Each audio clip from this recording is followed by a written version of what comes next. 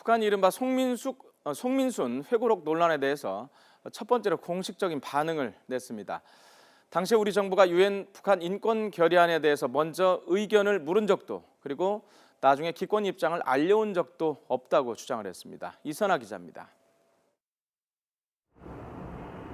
북한이 회고록 논란이 불거진 지 열흘 만에 처음으로 당시 상황을 언급했습니다.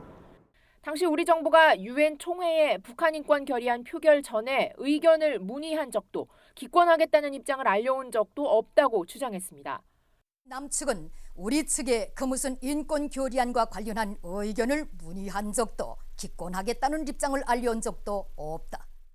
회고록 내용과 여당 쪽 주장을 인정하지도 또 야당 반박을 뒷받침하지도 않은 셈입니다. 통일부는 북한 주장에 우리 내부 갈등을 부추기려는 불순한 의도가 있다고 비판했습니다. 불순한 의도를 갖고 있는 일방적 주장이다라고 봅니다. 북측은 이런 구태연한 행태를 즉각 중단해야 된다. 북한이 이렇게 이도저도 아닌 주장을 내놓은 건 결국 박근혜 대통령을 비난하기 위해서인 것으로 보입니다. 이번 회고록 논란이 새누리당 재집권에 유리한 환경을 만들고 현 정권 부정부패에 쏠린 비난 여론을 다른 데로 돌리려는 종북몰이 소동이라고 주장했습니다.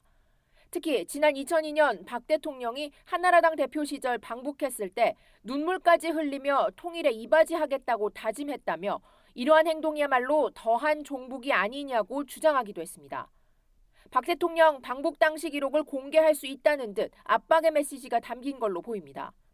이 부분에 대해서도 통일부는 당시 박 대통령 방북 결과 보고서가 있지만 언론에 공개된 내용과 똑같고 개인정보보호 차원에서 방북 보고를 공개한 적은 한 번도 없었다고 밝혔습니다. 그 회고록 문제에 개입되고 심지어 2002년 박근혜 대통령의 방북 행적에 대해서 폭로에 대한 메시지로 던짐을 해서 향후 남북 관계를 주도하겠다는 전략적 의도가 담긴 것으로 분석합니다.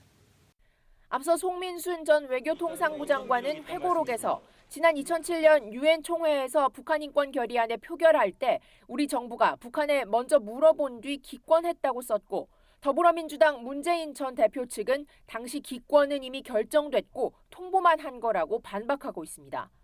YTN 이선아입니다.